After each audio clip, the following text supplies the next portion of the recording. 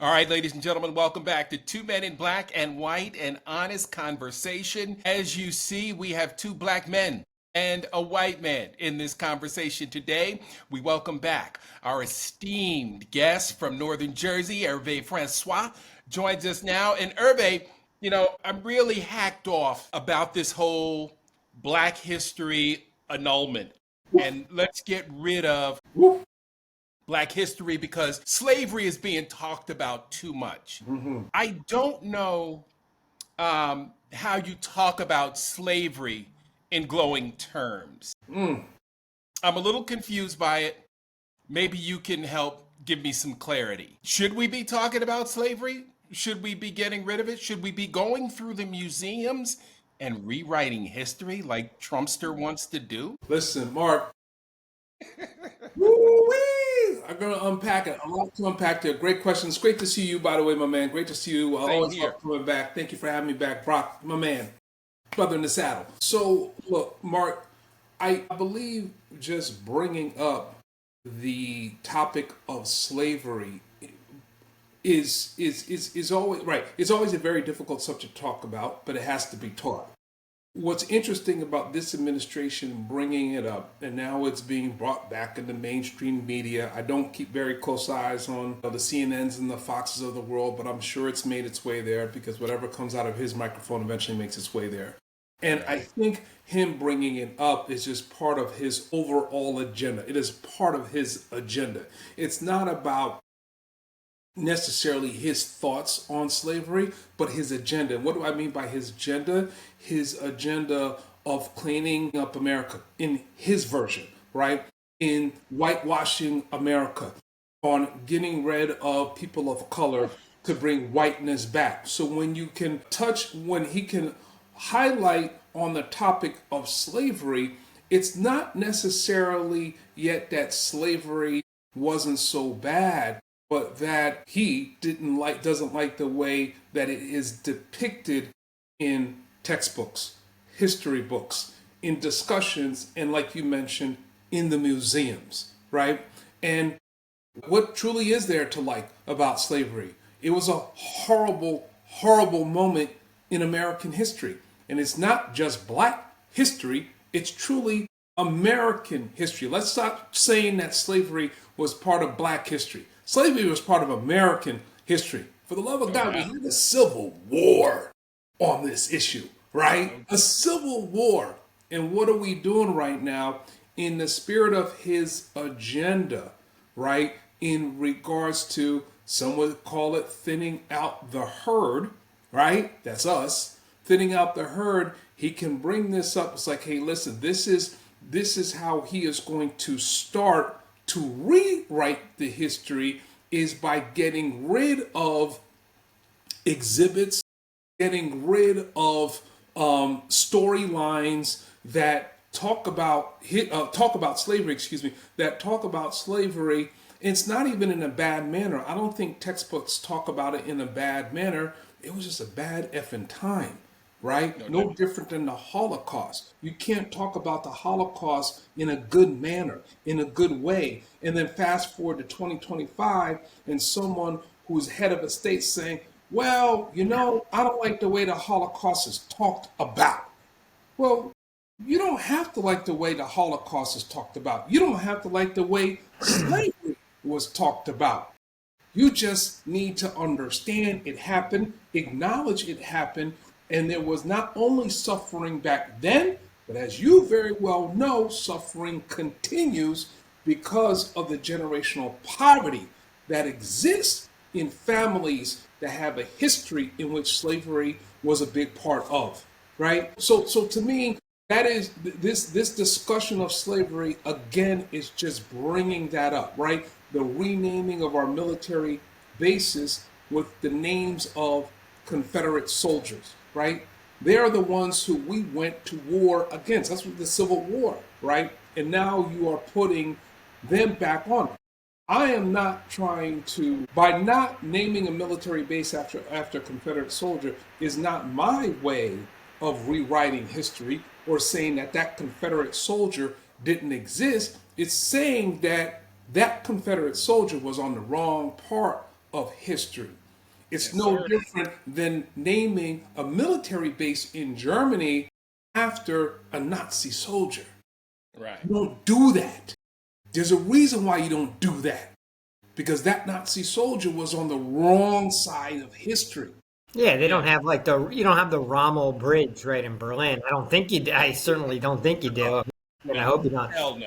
Look, by the way, you could really argue the way slavery is taught is in a very tame and sanitized way. Oh my It's not God. in a hardcore way. And by the way, for many of us my age, the way you were really introduced to slavery was through the docuseries Roots, Right. right? And even, which was almost like an edutainment way of learning Right. about the real story of slavery. But even that didn't depict the brutality and, the true violence Right. of Right. slavery, right? It was still more, oh, people were forced to work, right? It was a hell of a lot more than that. Yeah, I You know get you. what? I get you. I mean, it's a good point on it being. I mean, it's a broader part of a Trump agenda of That's right. Right. diminishing That's right. people's history and stories first, and then Right. you can start diminishing the people themselves. Maybe once you've. And not only are you diminishing, Brock, you're 100% right. Not only you're diminishing their contributions. Absolutely. And that's on both sides. That is for white folks that fought for, right, the right to get rid of slavery, right? And then as well as obviously black people that fought for getting rid of slavery, right? So now you're Right. trying to get rid of their contributions. So in totality, what they've been successful in the past, Brock, you were talking about the way that you learned about slavery, the TV show or miniseries Roots and everything else like that, right? You learned a lot there, but let me tell you what you didn't learn, what I didn't learn, and what Mark didn't learn.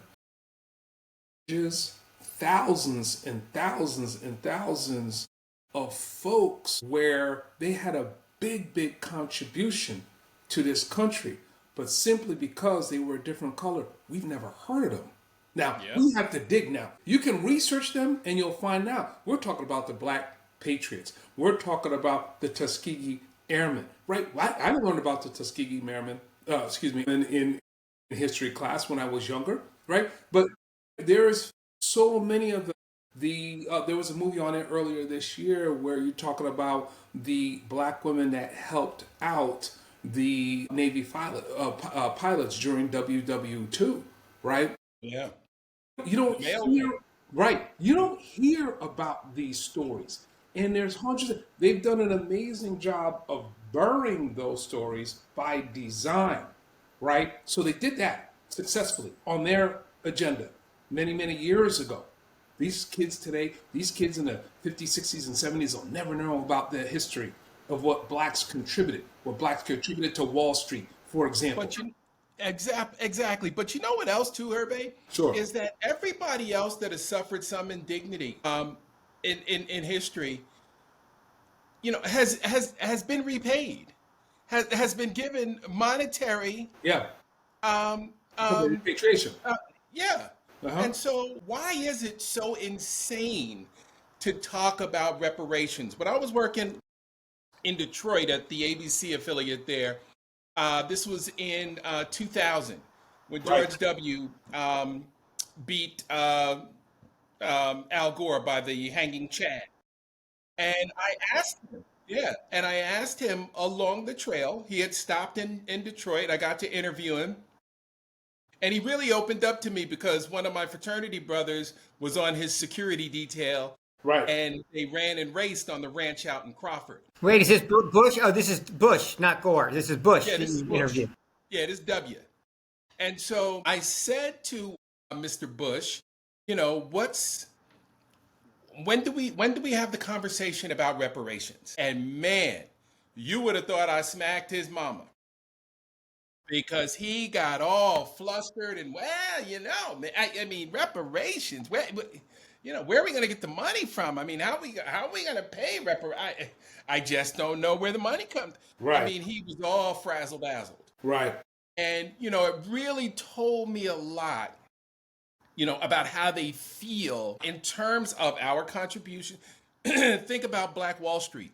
Yep. right? And in Tulsa. There's a hotel on Black Wall Street that probably would have, if not more than, the same value as the Hilton chain of hotels that was destroyed in the massacre in Tulsa, Hmm. right? Not to mention all the other businesses, right? So white America back then said, you know what, we don't want you to be a part of our society. So we went and formed our own over there on the other side of Tulsa, and they said, you know what, you're having too much success over here. We're going to come destroy it. That's But right. yet, but yet, the last remaining survivor of the Tulsa massacre was not even given any reparations, was not even given any, and this just happened within the last calendar year, Right. that she was denied That's right. the opportunity to recoup any financial benefit. Right. And that tells you, and Brock told me, Hervé, on a regular basis, Hmm. that white America is not invested in the success of Black America. Oh no, absolutely not. Absolutely not. Yeah. No, no, it's a reverse. Let me tell you something right now. Right? We think about how that election last year, 2024 election played out, and once we saw the results of who voted, for Trump and everything else like that, we were like, oh, that person, that group was like, wow, that much, that percentage swing, it was like, wow, and everything else like that, and it helped me come to a realization, as disappointing as a realization it was, that there's a large amount of folks out there that, hey, even though as a marginalized, low income white person, me voting for this man can hurt my job, can hurt my pocket, can hurt my health care, that the price of groceries is not going to go down. We're still going to be in inflationary times, and we got all these tariffs and everything else like that. That, yes, I'm going to have to suffer through that, but what I'm going to get in return for that suffering is the maintaining of white superiority. Yeah. And to me, that's it. They were willing to give that up. Jobs, healthcare, because low-income white folks, they just got destroyed in this Right. bill. They just got destroyed in this bill. You living in Hurt. states like Alabama, Kentucky, Georgia. Georgia, Mississippi, oh, Louisiana, Yep. you're done. You are done. So you say, it's like, why will I pull the trigger to vote for this person, even though in me voting for him, it can hurt me economically and it can hurt me health wise. Not only for me, but my spouse and my children, and their grandchildren too, right? And the main reason why I will still vote for him is because through all the suffering that I'm about to go through over the next 4 years, right, at a decline versus my past 4 years when Joe Biden was president, what's going to be maintained is my race from Right. a power perspective. Right. And for them, right, and you can say the same thing, right, about women. Yeah. Hey, I, Brock. I, I kind of call that the social capital versus the economic. And me and Hervé Right. talk a lot about kitchen table issues versus, we started calling living room issues, Yeah. where it wasn't just economic. Right. It's not just economic. It's, can I feel like I can, well, what I like to say is white people like to feel advantaged in society. Not equal. Not all men are created equal. Advantaged. Right. Saw another clip today about like an old white guy yelling at a black woman about a parking spot in the back of like a strip mall, right? Yeah. Like saying that these were his spots. And she's like, no, it's a public parking lot. But because his business was there, he literally considered it like his spots. And Right. that's like the classic, Right. like social capital of that guy just feeling like this is his parking lot, his neighborhood, his county, his state, his country, right? It like was all melded into one while he was like berating this woman for literally parking What I in would the love, public spot. what I would love to ask both of you, you may or may not have an answer to this, and if you don't, I'm sure you thought about it, right? Wait, I thought you were going to say if you don't have an answer, I'm sure you're sure it's all going to bluff an answer. I thought you were going to say, or you guys are going to say something anyway. You're not going to bluff an answer. You're going to come up with something. You're not going to bluff. You're going to listen. You always keep it real. You ain't going to bluff shit, right? You're going to keep it real. My question is, in your day to day, as you speak to white folks about the politics in this country, right?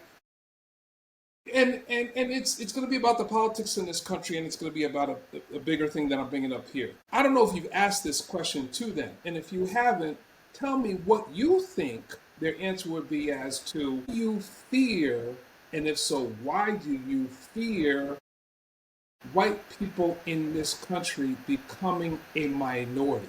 Do you fear that? Do you fear whomever is going to replace you, be it Latinos, be it African Americans, be it Asians, whatever class, because population in the United States has been declining. The population, specifically among white people in the United States, has been declining. So if they see those numbers and they know those numbers, do they have an inherent fear of being replaced as the majority in this country? And if the answer to that question is yes, then why? Well, the answer is simple because they fear that if they become the minority, black folks will turn around and do the same thing they did to them. Okay, but Mark, I've heard that answer before. Do you think that's the truth? I've heard that answer before. I have never thought about enslaving white people. I have never thought about. I'm not talking about. Hold on, but listen. You think that so you think that white folks have it in their mind? Oh damn! If we wind up losing the majority, let's say to African Americans, then they're going to turn around and do to us what we did to them hundreds of years ago. That's what you believe? I think it'll be a modern day lynching, right? Turn around and stop them from getting loans. Take their business. They fear losing their position and status to black, Yeah. brown, Asian, and that scares the shit out of them because they've never had they've never not had an event. They've never not been able to pick up the phone and make a call and get something done, right? They've never not had somebody that they knew that could get their child a job. They've never not been in positions where they are in control of their own destiny. Is And I think they don't like the fact that that could possibly happen. If you but ever watch Jane Elliott, just Google her on YouTube, okay, search her name, okay. and she asks a room full of white college kids, how many people in here would trade places with a black person? Not one person raised their hand. They'd be crazy if they did. Not one. They wouldn't be crazy if they did. Yep. But here's the thing. What if? Okay, Mark, I like your answer there, and I hear what you're saying. What if? Because like you said, they fear not being able to pick up the phone and get someone on the other line. What if you were then to tell them, hey, yes, I do fear a person of color or black, brown, Asians replacing us as the majority in the United States of America, and how they could treat us if that becomes the situation. And so what if in response to that you tell them, well, hold on now, what if the United States goes the way of South Africa, where the blacks are in the majority, however the power still resides in the minority, which is the white folks. Right. Well, Because if black, brown, Asian replace white folks as the majority in this country, does that following mean that black, browns, Asians is going to take over the businesses, the banks, that's what we have now. Let me jump. Let me That's what jump. we Let have me in jump. South Africa. the sports teams, and Let me so jump. right? Let me jump in for What a is- second. Go Let me ahead. jump in for a second. Yeah, man. Number one is Hervé. No group of white people I've ever been in has ever asked that question of each other. Like that topic just doesn't come up. And I talk politics with a lot of people, and I haven't even asked that question. Yeah, the fear of that concern. I would say there's kind of a couple different camps. White people that are comfortable with the diversity of America aren't, looking at the scoreboard of the exact demographic percentages of every group and worrying about that. They have a confidence in America as a melting pot and as a country that has different people in it and aren't afraid of that change and don't think it's going to be catastrophic. Most of those people are on the left and are kind of sort of comfortable that country's always changing. And then there's other white people that are going to fight to the, are going to fight to the death. And it will be absolute civil war. And it's not that, I don't think that white people are worried about there's ever going to be enslavement, like Mark said. Yeah, But it is the law, that was, I know, hyperbole. But there is the concern, I don't know if fear is the right term, the concern of the loss of advantage or the loss of one's edge, right? But in normal places, as an athlete or even in work, if you feel like you're losing your edge a little bit, not as good as you're going to be, used to be, in Hervé in business, maybe our commissions are down or this or that. Mark in media, maybe it's ratings are down a little. You start thinking about, how do I get my edge back? How do I get my advantage back? How do I become a top player again? Everyone always worries about that. So white people definitely don't want to lose the advantages they have in society. Having said that, even if the politics changes, it's going to take centuries to change the economic power of America. I mean, you can't. I mean, it's so embedded, the ownership of like real estate and this, that. It will take so long for that change to happen. It's the social capital that white people are fighting against. Social. It's not the economic. They may, Brock, you're 100% right. They may decline in numbers, truly, and that decline has begun. But they may decline in numbers, but the decline in power will not follow at the same rate as the decline in popularity. And remember, white people, even if they're less than 50.1% of the country, there's still no other group that's over 50%. It's blacks plus Latinos plus Asian Americans plus Native Americans, right? I mean, it's not like it's this one group that's all in lockstep and it's like, oh, we're a team and now we've hopped over, in essence, white people. But even just talking about race in general is a whole comical topic because race is such a construct created, it's just a fake construct because what happens as people blend or get a little bit of non-white into their families, like, are we still one drop rule-ish? Like, who is white anymore? Like, right. Right. Well, and that's the thing. The browning of America is real. I have a biracial granddaughter, and I couldn't love her anymore. And you know what? That's just a fact of society. My kid played hockey. Like, I don't know how many black women he's gonna meet at the hockey rink. Right. Right? You meet them where they are. You meet them where I they mean, are. Yeah. but what's the problem? We've never had our soon-to-be daughter-in-law. We've never had an issue with the color of her skin. Mm-hmm. Right? Yeah. It wasn't even talked about because we didn't teach that in our home. Yeah. And luckily, his mom wasn't taught that in her home, and I wasn't taught that in my home, and Right. she wasn't taught that in her home. Yeah. And she's from out west. She grew up in Oregon. Again, I don't know how many black folks she met in Oregon, right? Yeah. Depending on what part of town she was. She wasn't in Portland. I think she was not too far from Eugene, where she grew up, if I remember correctly. But, the fact of the matter is hate sells, right? And this racism sells to a good 30% of the population. And that's the problem. And then you have the people who were taught to fear us, right? Do you understand what the common denominator is with every ethnicity's issue with black folks? It's fear. Latinos that don't like black folks is fear. Yeah. Asians that don't like black folks, it's fear. Right. Every ethnicity has an issue with black folks, and it's fear. And you can go all the way back to D.W. Griffith in Birth of a Nation, when they showed you in motion pictures that black people were savages and came to, rape and killing. There you go. There you go. That's what I was about to bring up. It's images. That fear is imagery. That fear was taught, right? Yep. That fear was ingrained in them. But at the same time,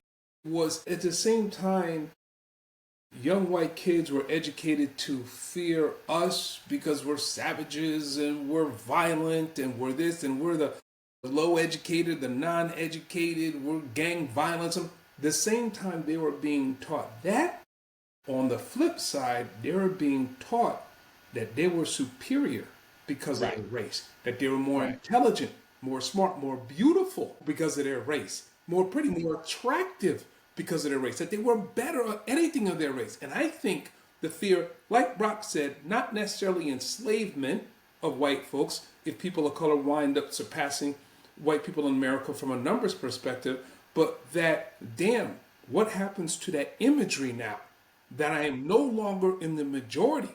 Because I always was taught and learned to believe that as long as I'm in the majority, I'm smarter, I'm more beautiful, right? Everything is laid out for me, red carpet treatment into the colleges, into the businesses, into the banks, into the real estate, into buying my first house, red carpet, red carpet, red carpet, right?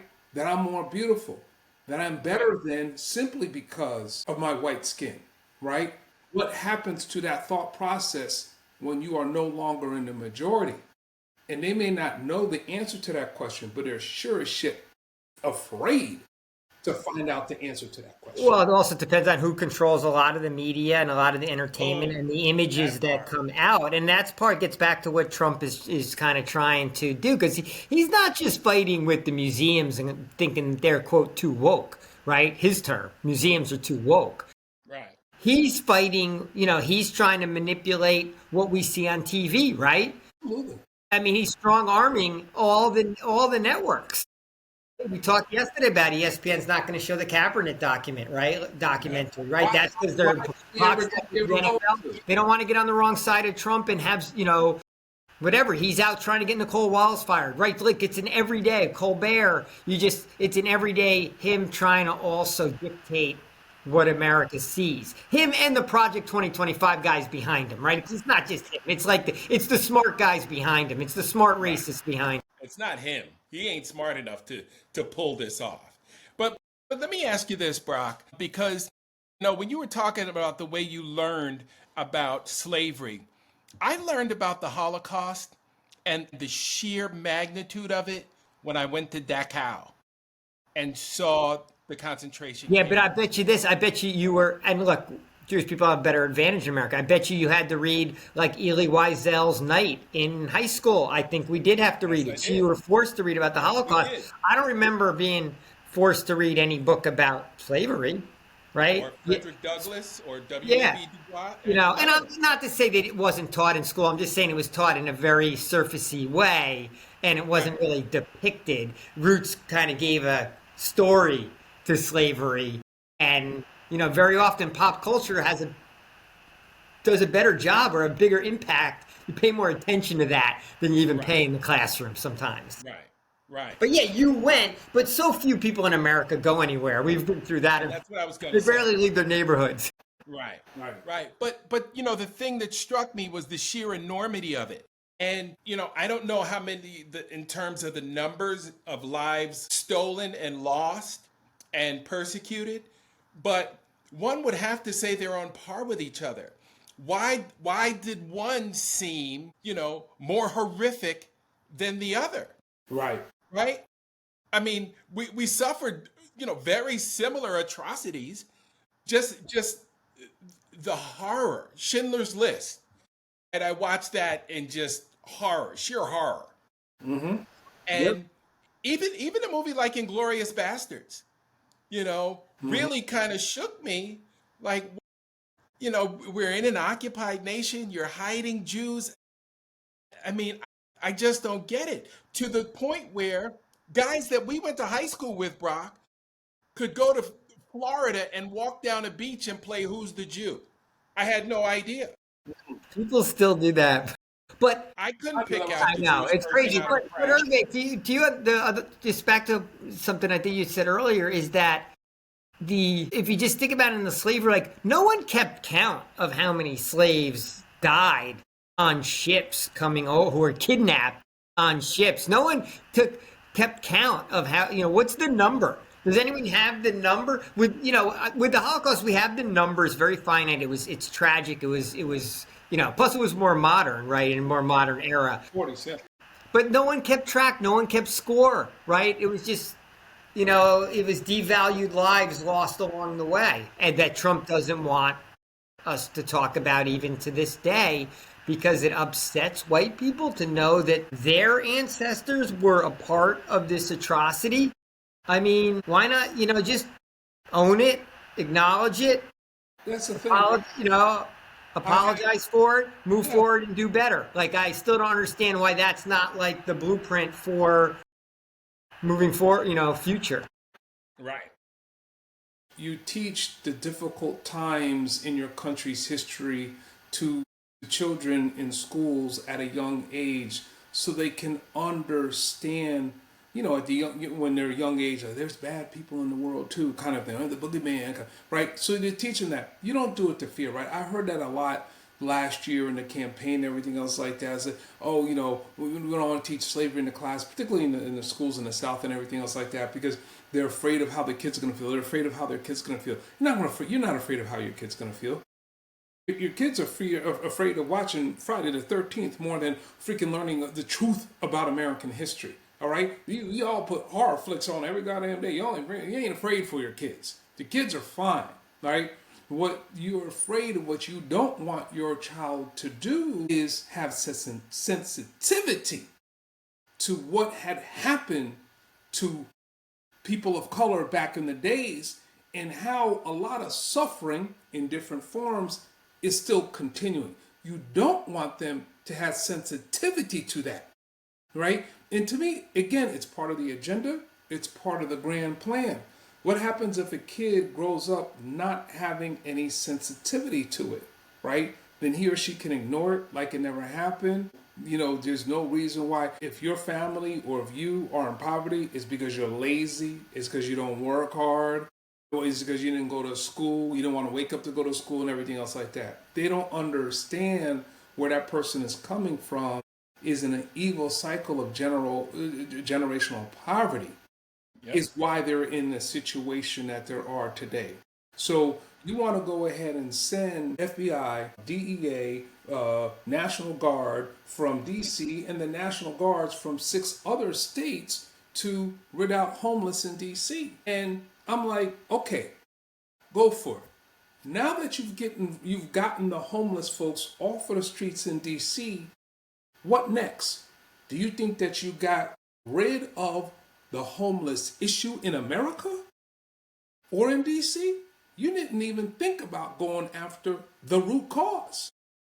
Because once you get 100 homeless people off the street today, 100 more are going to come tomorrow because you never addressed the root cause.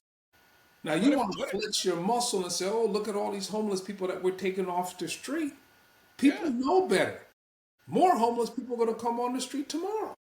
Hervé, it could take $200 million that he's going to use to build that gold ballroom and create $200 million facilities for people to go to, get job skills, and be housed until they can get back into the system and get back working again, get back on their feet. I mean, look, it's not that simple for the greatest nation in the earth to cure homelessness. If we wanted to. Hervé, quick hit before we go. How's the family? How's the Haitian community doing? We know they were under siege a little bit by the Trump regime. Yeah, man. That's still going on. Unfortunately. I'm very concerned for that country over the next several years because, be careful who you ask help from. Okay, right? Like the movie Sinners. Aren't you going to invite me in? Aren't you going to invite me in? Right? Brock didn't speak. Be careful who you invite into your house. What's the matter with you? What are we going to do with you? What are we going to do with you? Come on, man. Yes, you got to check it out. I watch horror movies. I heard it was a horror movie. I'm equal opportunity on that. I haven't watched one since like Friday the 13th. Scared the shit out of me. I don't need fear injected into my life. But are Haitians still being like abducted, kidnapped, and thrown in deportation centers? Is that happening? About here in the United States? In the United States. Absolutely that's happening. Yeah, that's absolutely happening. And they're getting deported? Are they getting sent back to Haiti or just random countries? Some are getting sent back to Haiti. Some are just being put in some freaking detention center, man. It's real sad, man. No rhyme or reason. no due process, no warrants. They're just getting picked up off the street. If you go online, there was a video. ICE agents went into Brooklyn to try to get him in, and BK wasn't having it. they weren't having it. They pounced on them. BK said no. Yeah, they Not here. pounced on them. And ICE agents had to freaking run off because they're All like, right. you're not taking this lady. Now, that's a quote unquote good good stuff. story, but there's others, man. I was watching some yesterday and I said, I mean, you talk about you don't like watching horror movies, Brock? You living in a horror flick right now, my brother. If you see doubt. some of the stuff that is taking place right now, they went after they pulled this lady. She was coming out of her parking garage. She was in her car. They stopped the car. They opened the car door. They pulled her out. She that. might have been 120 pounds. These dudes were 250, 264 and picked her up, slammed her on the ground. I said, oh my God. I had to turn that off. I could watch a horror movie. I can't watch that. I can't watch that, man. They picked her up in broad daylight. The only reason why I saw it was because someone was standing across the street filming it on their phone and they posted it on social media. They slammed this might have been in her 30s or 40s. They pulled her out of her car, slammed her on the ground, pounding on her, pounding. She didn't know what's going on because these guys are showing up with face masks on. Yeah. So you don't know who the scary. heck they are. She thought that she was getting carjacked. It's just scary stuff, man. That's a horror Well, flick. listen. Yeah, that is a horror flick. That's a horror Well, listen, Hervé, thank you Yeah. so much for joining us again. Always a pleasure. Doc, this is a great connection. I'm so glad I'm getting to know Hervé and getting his insight. And again, you're gonna have to start watching some of these black themed movies. We're gonna have to get you going. Let's ease you into something with like Friday. Wait a second. Next Friday. You did a sweeping. I told you I love Barbershop, and I will watch the Spike Lee movie with Denzel. Yes. Yes. And you've seen He Got Game, so you're good there. He asked me the other day if I'd seen He Got Game. I told him there's not a basketball movie I haven't seen. Yeah, exactly. I'm like, if you can find a basketball movie I haven't seen, then yeah, send that my way. All right, I will. I agree to do this. I will watch Sinners. Mark, Very good movie. Good stuff. We'll make a list of movies that brought you, and we will email that list to him. I've knocked Sounds down a good. few. Let's do it. All right. All right, Irby, Let's always do a it. pleasure. Appreciate you coming on. Yes, Mark, sir. as always. Talk to you tomorrow. Have a Okay. great day, gents. All right. Bye-bye.